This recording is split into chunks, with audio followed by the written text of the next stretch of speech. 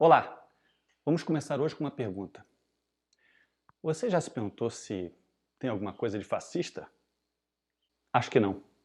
É um pouco difícil de dizer, porque esquecemos o que é o fascismo. As pessoas usam o termo agora fascista como um tipo de uso geral do abuso, ou confundem fascismo com nacionalismo. Vamos usar alguns minutos para esclarecer como é o fascismo na verdade e as diferenças com o nacionalismo. Meu nome é Marcos Flor. Bem-vindo ao canal Atualizando a Mente.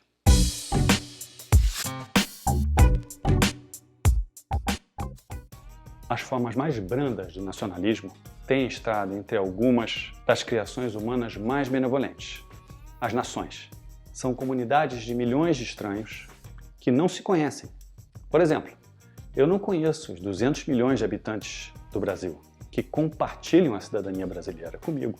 Mas graças ao nacionalismo, todos podemos nos preocupar uns com os outros e cooperar de forma eficaz. Isso é muito bom.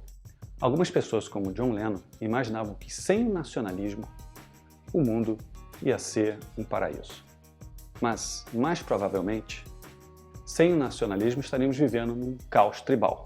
Se observarmos hoje os países mais prósperos e desenvolvidos do mundo, como a Suécia, Suíça e Japão, por exemplo, veremos que eles têm um forte senso de nacionalismo. Em contraste, países que não têm um forte senso de nacionalismo, como Congo, Somália e até mesmo o Brasil, tendem a ser violentos e pobres. Então, o que é o fascismo e como ele pode ser diferente do nacionalismo? O nacionalismo me diz que minha nação é única e que tenho obrigações especiais com ela. Já o fascismo me diz que minha nação é suprema e que tenho obrigações exclusivas com ela. Não preciso me preocupar com ninguém ou com nada, a não ser com a minha nação. Normalmente, claro, pessoas têm muitas identidades e lealdades com diferentes grupos. Por exemplo, posso ser um grande patriota, fiel ao meu país e ao mesmo tempo fiel à minha família, à minha vizinhança, à minha profissão, à humanidade como um todo, à verdade e à beleza. Mas quando temos diferentes identidades e lealdades, isso pode criar conflitos e complicações. Mas quem disse que a vida é fácil? A vida é complicada. Lidemos com isso. Fascismo é o que acontece quando as pessoas tentam ignorar as complicações da vida e facilitar muito a própria vida delas. O fascismo nega todas as identidades, exceto a identidade nacional, e insiste que tenho obrigações somente com a minha nação. Se minha nação exige que eu sacrifique minha família, eu sacrifico minha família. Se a nação exige que eu mate milhões de pessoas, então eu mato milhões de pessoas. Se a nação exige que eu traia a verdade e a beleza, certamente eu vou trair a verdade e a beleza. Por exemplo, como é que um fascista avalia a arte? Como um fascista decide se um filme é bom ou ruim? É muito simples. Existe, na verdade, apenas um critério. Se o filme serve ao interesse da nação, então ele é bom. Se não serve ao interesse da nação, o filme é ruim. É bem por aí. Do mesmo modo como um fascista decide o que ensinar às crianças na escola. De novo, é muito simples. Existe apenas um único critério. Você ensina às crianças o que serve aos interesses da nação. A verdade não importa em nada. Os horrores da Segunda Guerra Mundial e do Holocausto nos lembram das terríveis consequências desse raciocínio. Mas geralmente, ao falarmos dos males do fascismo, fazemos isso de modo ineficaz, pois a tendência é descrever o fascismo como um monstro hediondo, sem realmente explicar o que havia de tão sedutor nele. É um pouco como os filmes de Hollywood retratam alguns dos vilões, como Darth Vader e Voldemort, como feios, malignos e cruéis. Eles são até mesmo cruéis com aqueles que os apoiam.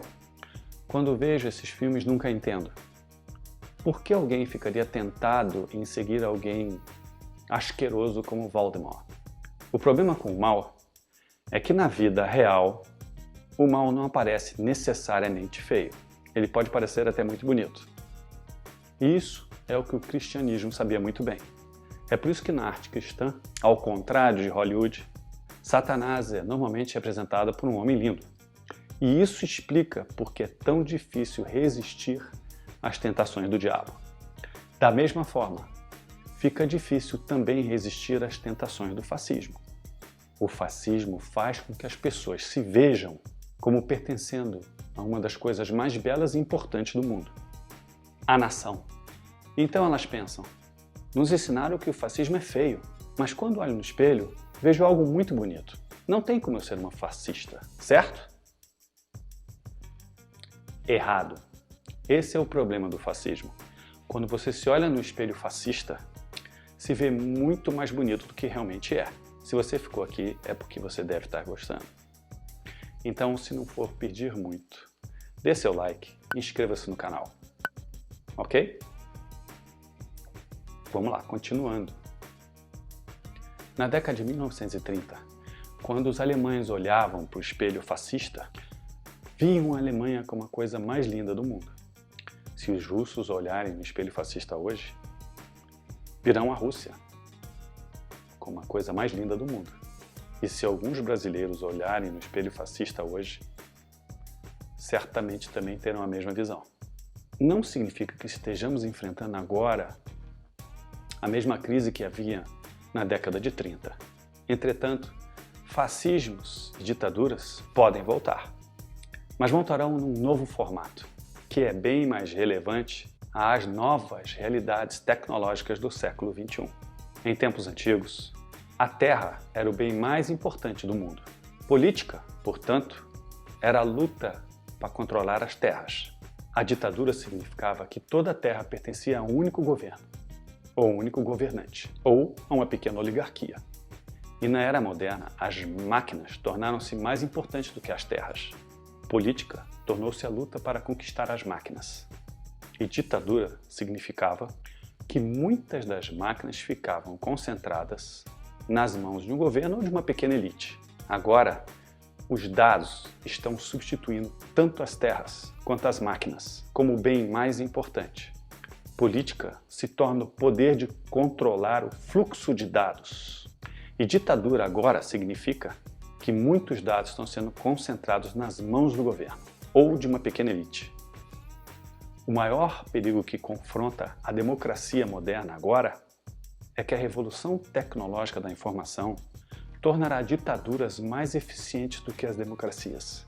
No século XX, a democracia e o capitalismo derrotaram o fascismo e o comunismo, simplesmente porque a democracia era melhor no processamento de dados e na tomada de decisões. Devido à tecnologia do século XX, tornou-se simplesmente ineficiente tentar controlar todos os dados e muito poder num só lugar. Mas isso não é uma lei da natureza. Que processamentos centralizados de dados sejam sempre menos eficientes que processamentos distribuídos de dados. Com o surgimento da inteligência artificial e do aprendizado das máquinas, talvez torne-se viável processar enormes quantidades de informação muito eficientemente em um só lugar. Tomar todas as decisões em um só lugar. E assim, o processamento centralizado de dados será mais eficiente que o processamento distribuído de dados. Um exemplo recente é como a China atuou de forma muito mais eficiente no combate ao Covid, logo no seu início. As principais desvantagens dos regimes autoritários do século XX, que era a tentativa deles de centralizar todas as informações num só lugar, se tornará a maior vantagem deles nesse século. Outro perigo tecnológico que ameaça o futuro da democracia é a fusão da tecnologia da informação com a biotecnologia, o que pode resultar na criação de algoritmos que me conhecem melhor do que eu mesmo me conheço. E uma vez de posse desses algoritmos, um sistema externo como um governo pode não apenas prever minhas decisões, mas também pode manipular meus sentimentos e minhas emoções. Um ditador pode não ser capaz de fornecer uma excelente assistência médica, mas será capaz de me fazer amá-lo e me fazer odiar a oposição. Vejam bem a nossa realidade atual. Será difícil para a democracia sobreviver a tal desenvolvimento, porque, ao final, a democracia não é baseada na racionalidade humana, mas em sentimentos humanos. Durante as reeleições e referendos, não estão te perguntando qual é a sua opinião. Na verdade, estão te perguntando como você está se sentindo. E se alguém puder manipular suas emoções efetivamente, a democracia se tornará um show de marionetes. Então, o que podemos fazer para evitar o retorno do fascismo? A primeira questão que enfrentamos é: quem controla os dados? Se você é um engenheiro, encontre formas de evitar que muitos dados sejam concentrados nas mãos de muito poucos. E encontre formas de se certificar que o processamento distribuído de dados seja, pelo menos, tão eficiente quanto o processamento centralizado de dados. Esta é a melhor proteção para a democracia. Quanto ao restante de nós, que não somos engenheiros, a questão número 1 que enfrentamos é como não permitir sermos manipulados. Porque aqueles que controlam os dados, os inimigos da democracia liberal, têm um método. Eles hackeiam os nossos sentimentos. Não nossos e-mails, não nossas contas bancárias. Eles hackeiam os nossos sentimentos com medo, ódio e vaidade. E depois usam esses mesmos sentimentos para polarizar e destruir a democracia de dentro. Este é um método pioneiro, usado pelo Vale do Silício para nos vender produtos. Mas agora, os inimigos da democracia estão usando esse mesmo método para nos vender medo, ódio e vaidade. Eles não podem criar esses sentimentos do nada. Eles aprendem a reconhecer nossas próprias fraquezas pré-existentes e depois usam essas mesmas fraquezas contra nós. Portanto, é nossa responsabilidade conhecermos as nossas fraquezas e garantirmos que ela não se torne uma arma nas mãos dos inimigos da democracia. Conhecer nossas próprias fraquezas também nos ajudará contra a armadilha do espelho fascista. Como expliquei anteriormente, o espelho fascista explora a nossa vaidade. Isso faz com que nós nos vejamos muito mais bonitos do que realmente somos. Essa é a sedução. Mas se vocês realmente se conhecem, não vão cair nesse tipo de bajulação. Se colocarem um espelho na sua frente, que esconde o seu lado feio, para que você pareça mais bonito e importante do que você realmente é, simplesmente quebre esse espelho. Essa é a solução. Bom, eu espero que vocês tenham gostado. E se de fato gostaram, por gentileza, deem um like. Inscrevam-se no canal porque é muito importante. Ok? E aqui nas descrições desse vídeo, logo aqui embaixo, vocês vão poder encontrar pelo menos 3 livros do Harari, Yuval Noah Harari, que é o mentor desse pensamento. Ok? Foi um prazer mais uma vez. Meu nome é Marcos Flor. Bem-vindo ao meu canal.